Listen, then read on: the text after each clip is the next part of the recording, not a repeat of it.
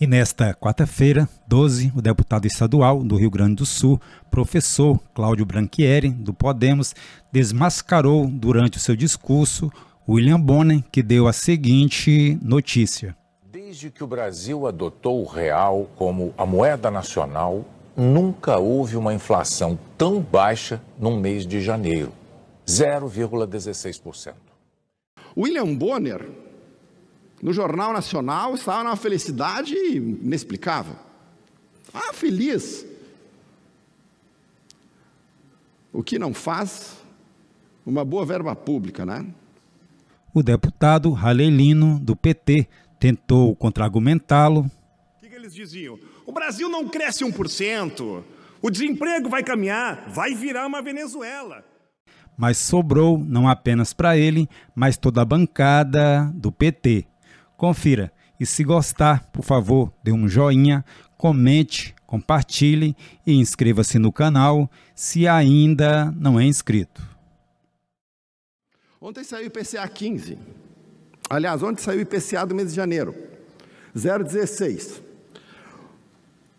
O governo do presidente Lula rapidamente colocou na manchete, nas páginas oficiais, menor inflação.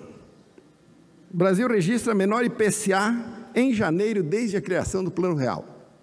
William Bonner, no Jornal Nacional, estava numa felicidade inexplicável. Ah, feliz. O que não faz uma boa verba pública, né? Como a gente precisa desconfiar de qualquer coisa que saia desse governo, eu fiquei curioso para saber como, em época de dólar a 6,5, em época, deputado, janeiro, o senhor está se respondendo em fevereiro, o senhor está errado no marco temporal. Como o dólar a 6,30, como uma economia empurrando acima do seu PIB potencial, como é que eu posso ter a menor inflação desse Plano Real? Não tem sentido nenhum. A gente vai descobrir, a gente abre lá e descobre que o setor de habitação, o índice de habitação caiu 3% o preço. 3% é muito. É uma queda muito expressiva. Abre o número. O que caiu? Energia elétrica, 14%. Isso é.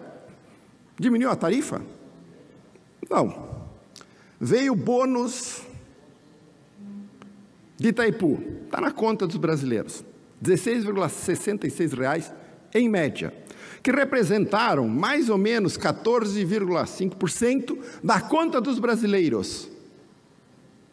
E ela é a explicação da queda da inflação no mês de janeiro.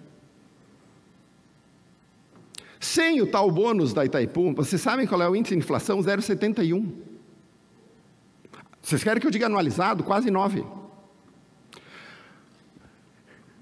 A tarifa de energia não mudou o preço. Em fevereiro, ela vai voltar ao patamar de dezembro e de janeiro. Vocês sabem o que vai acontecer com a inflação em fevereiro? Ela deve vir para 1,13, 1,4. Não é um grande drama.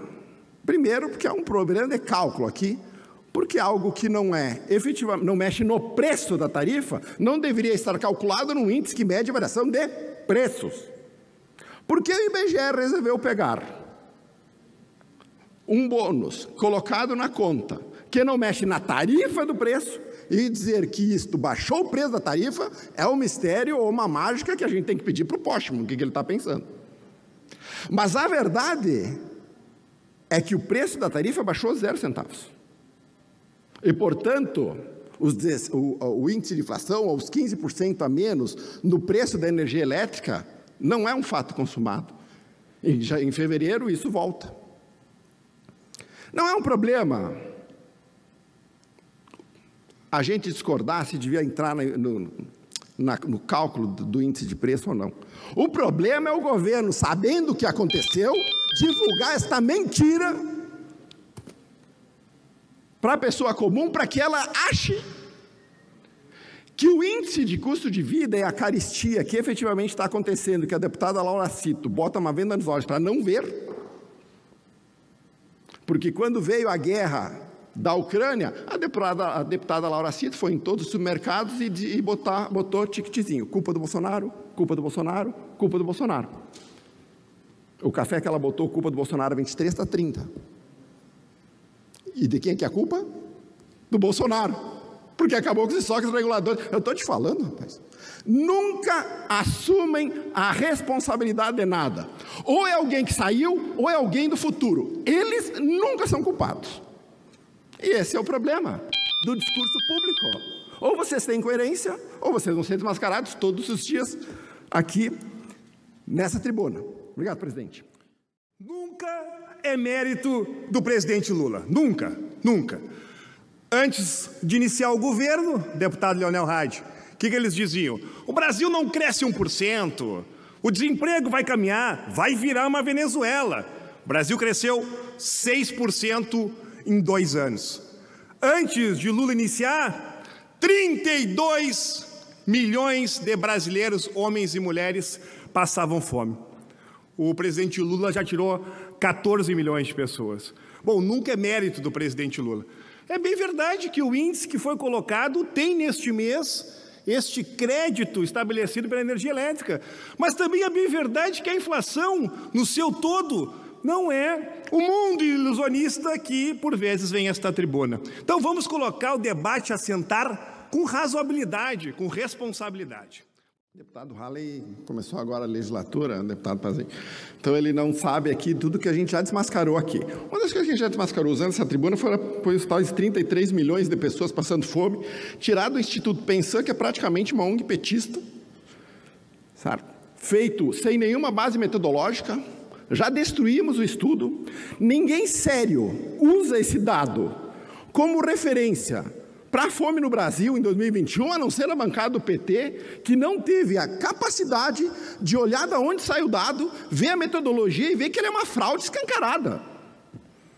Aí a gente tem que subir aqui todo dia, dizer que os 33 milhões de pessoas passando fome é uma mentira deslavada, sob qualquer aspecto. Nenhum pesquisador sério que use dados usa esse do número do Instituto Pensan como fonte, mas eles repetem aqui o tempo inteiro.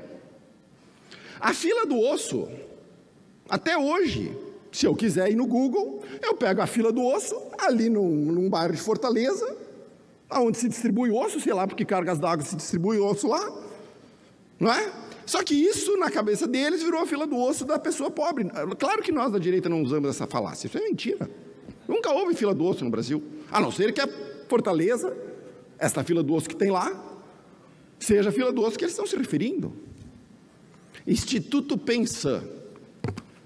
Nós deveríamos fazer a ONG para saber de onde sai o dinheiro para financiar esse tipo de estudo fraudulento, para virar pauta política e mentira. Veja bem, saindo do partido que quer controlar conteúdos em rede social para evitar disseminação de mentiras, que é o caso. Esses 33 milhões não existem. Nós nunca dissemos que o presidente Lula ia entregar 1% de crescimento, a não ser o mercado financeiro. Eu nunca imaginei, por uma razão simples, deputado. O presidente Bolsonaro deixou o Brasil crescendo a 3%, sem endividamento público, muito pelo contrário, reduzindo a dívida pública, reduzindo o peso do Estado de 19,5% para 18,6%, mais ou menos, deixando o superávit fiscal. O senhor imagina qual seria o crescimento do Bolsonaro, que foi 3% assim? Se ao invés dele deixar 60 bi, de 58 bi de superávit primário, ele tivesse deixado 240 bi de déficit primário. Vocês imaginam 300 bilhões de reais a mais na economia brasileira? Ele ia poder dizer, cresci 5%. A conta ia deixar para os nossos filhos, coisa que o responsável do presidente Lula faz. Mas eles poderiam subir aqui e dizer nessa tribuna que eles entregaram um crescimento que efetivamente não é verdade. O presidente Lula está fazendo proselitismo político à custa do futuro da população brasileira, endividando este país ao nível da insustentabilidade. O ministro Armínio Fraga pediu para Galípolo, ou suplicou para que Galípolo convença o presidente Lula, o governo do presidente Lula, a fazer um ajuste fiscal. Armínio Fraga fez o L, ele não deveria se surpreender com o estado das contas públicas que o presidente Lula informou à população brasileira que ele iria quebrar o Brasil. Ele não mentiu. Ele disse que ia gastar. Ele disse que ia gastar sem responsabilidade. Ele disse que ia revogar o teto de gastos. Agora ele está assustado com a repercussão no mercado financeiro por conta da irresponsabilidade fiscal. Irresponsabilidade essa que levou os juros do mercado a níveis recordes, que levou o dólar a um nível recorde. Hoje o dólar está 5,75, mais ou menos, eles acham que está barato, porque já teve 6,30, vocês vejam que tudo é uma questão de perspectiva, né? E assim funciona. A inflação, que hoje corrói completamente o poder de compra dos brasileiros, a inflação que a dona de casa sente quando precisa ir no mercado, a picanha que virou miragem, a laranja que o pobre não consegue mais comprar, o café, tem traficante já trocando, não vende mais cocaína, os caras vendem café, o preço do grama está quase a mesma coisa. O café, inviável para o cidadão comum, acabou com o cafezinho. Tudo isso é culpa de uma política econômica irresponsável, que nós denunciamos desde o primeiro dia.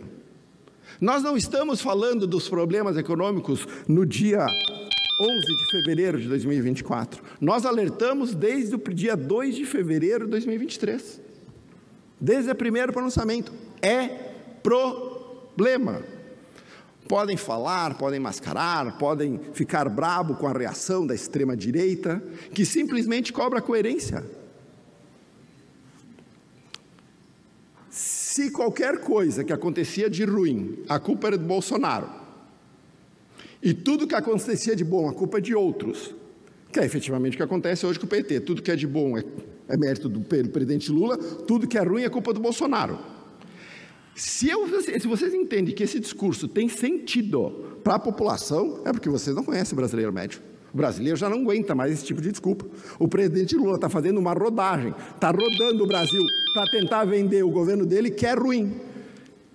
E para isso ele vai aonde ele consegue caminhar, que é, no Nordeste, no Maranhão, tentando convencer o povo brasileiro de que o governo dele é um pouquinho melhor do que péssimo. Obrigado, presidente.